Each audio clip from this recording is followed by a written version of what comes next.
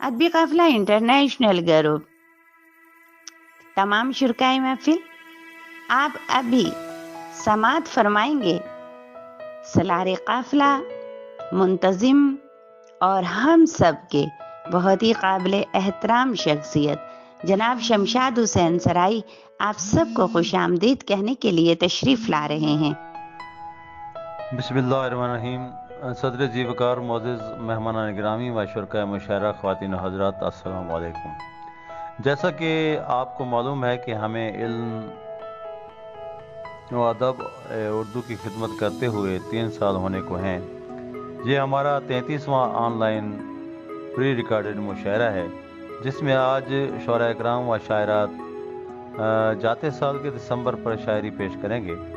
دسمبر کا مہینہ جہاں سرد اور برفیلا ہے، وہاں یہ خصوصاً شعراء حضرات کے لیے ایک خاص اہمیت کا حامل ہے۔ ایک تو خزاں رسیدہ ماحول، اداسی اور منجمد ماحول اداسی اور یاسیت کا منظر پیش کر رہی ہوتی ہے۔ دوسرا، دسمبر سال کا آخری مہینہ ہوتا ہے اور اس کے بچھڑنے کا بھی دکھ شعراء کو اپیل کرتا ہے۔ آج دنیا ادب کے درخشاں ستارے اپنے اشعار کی جھلملاہٹ سے گروپ کو جگمگ کر بنائے ہوئے ہیں۔ حسب سابق آج بھی ہمیں صدر گرامی قدر محترم مقام عبدالرزاق بیکل کے خطبہ صدارت سے کافی کچھ سننے کو ملے گا۔ چیف گیسٹ محتاج تعارف شخصیت نہیں ہیں۔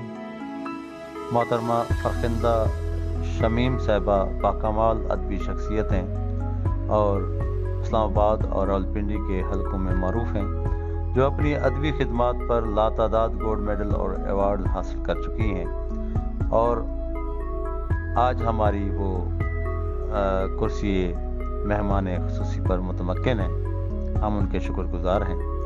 اور ہماری آج کی گیسٹ آف آنر انگلینڈ سے سمینہ راحت منال صاحبہ ہیں، جو اپنا منفرد ڈکشن رکھتی ہیں۔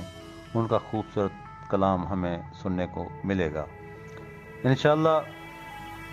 اس مشاعرے سے آپ محظوظ ہوں گے۔ ان سب مہمانان گرامی کا میں دل و جان سے متشکر ہوں، اور خصوصاً اپنی نقیب مشاعرہ معروف شاعرہ محترمہ شبنم مرزا صاحبہ کا خصوصی طور پر ممنون ہوں کہ ہر بار اپنی خوبصورت نظامت سے مشاعرے کو یادگار بنا دیتی ہیں۔